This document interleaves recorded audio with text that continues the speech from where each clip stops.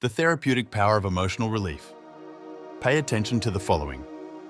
Not all people go to the psychologist because they have a mental disorder or a serious problem to solve, but many only go to vent and be heard. In life, there are situations or circumstances that we cannot bear alone because the emotional pressure that is generated can harm us. One way to deal with this is by venting.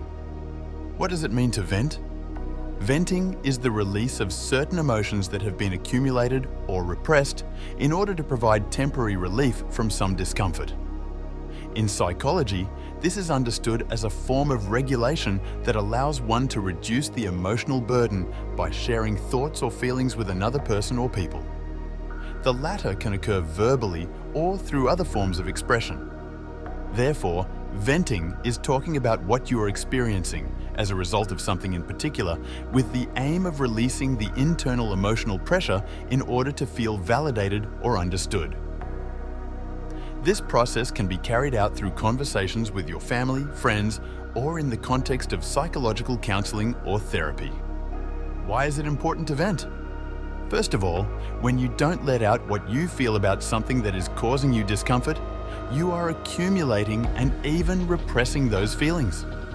Therefore, by letting off steam, you allow yourself to regulate the emotional overload and therefore you can reduce it. On the other hand, the accumulation and repression of unhealthy feelings can cause a certain level of stress that, over time, can create even more emotional tension. And finally, letting off steam prevents minor problems from starting to germinate into unhealthy emotions, making the discomfort even greater. How do you know if you need to vent? There are several red flags that can help you realize if you need to vent. First, if you feel that your emotions or feelings, for example, sadness, anger, frustration, etc., are intense and constant, it may be a sign that you need to express them.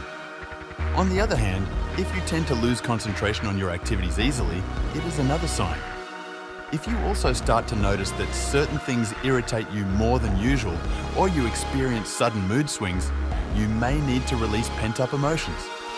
Another sign occurs when you avoid interactions with others due to mental fatigue. Finally, if you can't sleep well due to emotional tension and worries, consider this as another warning. Who can you vent to? Let's clear this doubt by first mentioning that writing about your emotions and thoughts can be a safe way to vent without involving other people.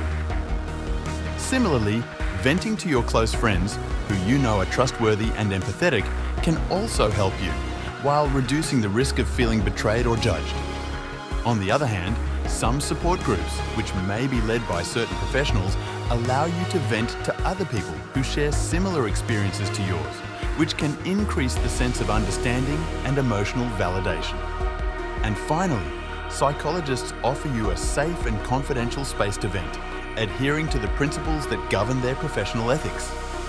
To conclude, although everyone is free to choose whether or not to vent, the truth is that this action is a healthy alternative to drain pent-up thoughts and feelings, while also being a way to take a weight off your shoulders and not carry it alone.